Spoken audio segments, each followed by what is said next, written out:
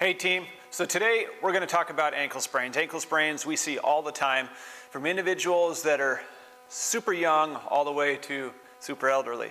So we have a common mechanism of injury being that the ankle is going to roll over, and this can occur from jumping on the trampoline, landing improperly. It can be from sports where you're cutting and running or you're landing on somebody's foot. It can be from just stepping off the curb that you didn't realize was there and the foot comes down in an unprotected state and rolls over.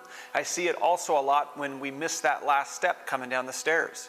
So there's many reasons why people get an ankle sprain. It's one of the more common reasons people come to see me in my clinic.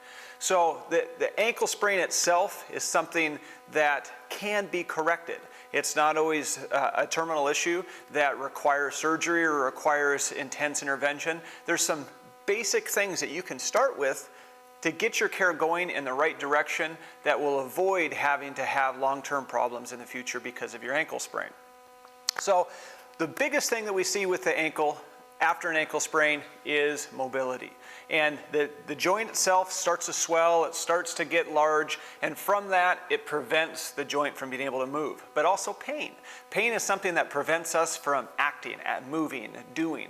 And with that pain, it requires you to mobilize the joint itself. That immobilization allows, for one, protection, but what it also does is a secondary consequence is it starts to tighten the ankle down. So for myself as a physical therapist, we're trying to get people moving right off the get-go from an ankle sprain. And this can be right after injury, or it can be 2 days out, 3 days out, a week out. So here's a couple of easy exercises you can do. And I've put on my Instagram a couple times regarding calf stretching. And we want, for one, to start improving your calf mobility as soon as you get an ankle sprain. And with that, we want dorsiflexion. So we want the ankle to be able to bend, the knee to be able to bend over the foot. So this angle here is the dorsiflexion movement that we're wanting. So there's two ways that we can do this. One is with the knee straight here and the heel on the ground, and you could see that my toe is pointed inward mildly. We want to turn that foot in just a little bit to lock the ankle in place. And with the heel on the ground, like so, and the knee straight, all we're going to do is lean into this. And we can be against a wall or anything to help stabilize ourselves, but you should feel a pull higher up in the calf with that stretch, with the knee straight. With the knee bent, we're looking like so, heel still on the ground, toe pointed in, and we're looking to bend like so. And when we bend like so, we're going to have more stretching down in the bottom part or the soleus of the calf itself. Both of those muscles connect to the Achilles tendon, and they can become restricted when we have an ankle sprain. And what we commonly see is that this area of the ankle, you feel that tension, you feel it as you start to squat, as you start to lower, you feel that lack of mobility. So we want to try and regain that right from the get-go and keep pushing and pushing and pushing so that that mobility stays as the ankle heals itself. Another simple activity you can do is a dyna disc. $25 on Amazon, pretty inexpensive in relation to medical care costs, and goes on the ground, and your foot's going to be right on top of it with your knee over your foot. With it right over your foot, the knee stays still. You're not looking to have your knee move at all. So we're going to rock slowly out, slowly in. And this might be uncomfortable. This might be uncomfortable while you're doing it, so don't try and push it right off the get-go and think if some's good, more's better.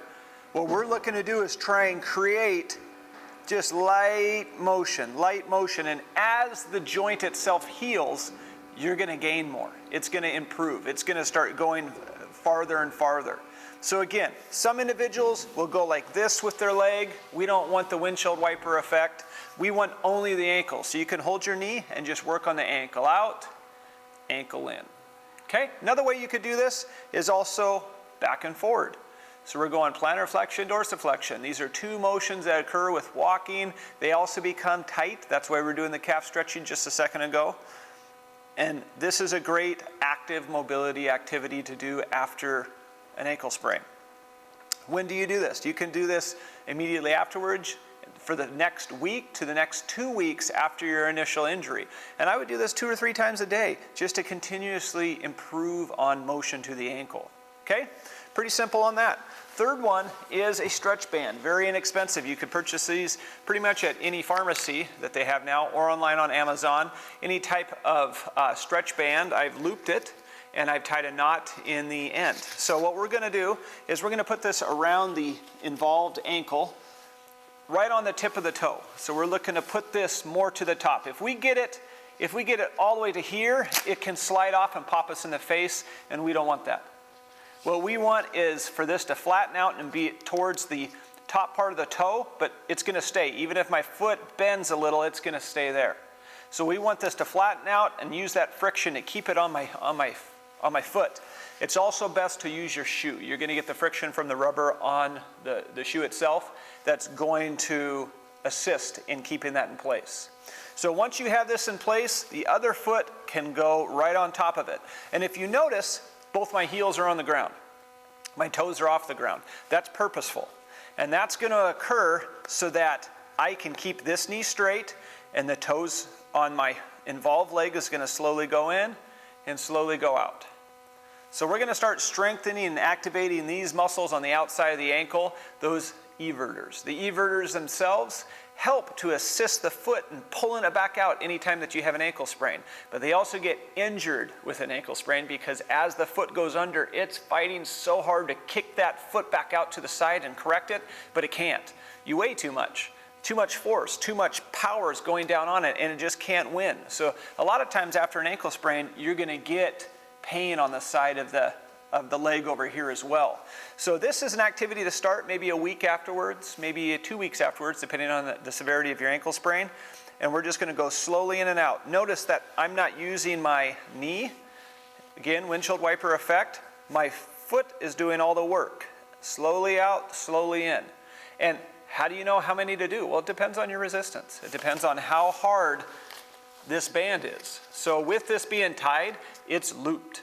So with that, it's double strength. So depending on what brand you get will dictate the amount of tension. So I would say get the lightest band that you can because you're gonna loop it, which is gonna double it. And that's something to do. If you have pain with this activity, either you're not doing it right or you're not ready for it yet, or you're doing too many of them. So review this video again. Just make sure that you're doing it properly, that you have it looped right around the end, that the heel's on the ground right below the knee, that the other one's on top, that the heel's on the ground but the toe's off, and that my knee's not moving, I'm just lightly going in and out. Really slow and controlled. We want to go until we get some light burning on the side of the ankle. If we're if we're getting ankle pain, that's your sign that we're not quite ready for it. Okay? So again, 3 exercises that you could do for an ankle sprain. As soon as you get that injury, obviously we want to put ice on it to help minimize secondary tissue damage. But once you get going in your rehab, we want to start at home getting motion going to the ankle. Again, you could do it with the stretching that we showed. With the calf stretching, there's 2 ways with the knee bent and the knee straight. We could do it with the dyna disc. That will allow us to keep some active mobility to the ankle. And then we could start activating the ankle muscles themselves, primarily the everters, with a light band at home. So again, team, 3 simple exercises that you could do that you can start attacking at home to improve mobility and improve your outcomes overall for your ankle sprain. So thanks for watching, team. Appreciate it, and keep moving.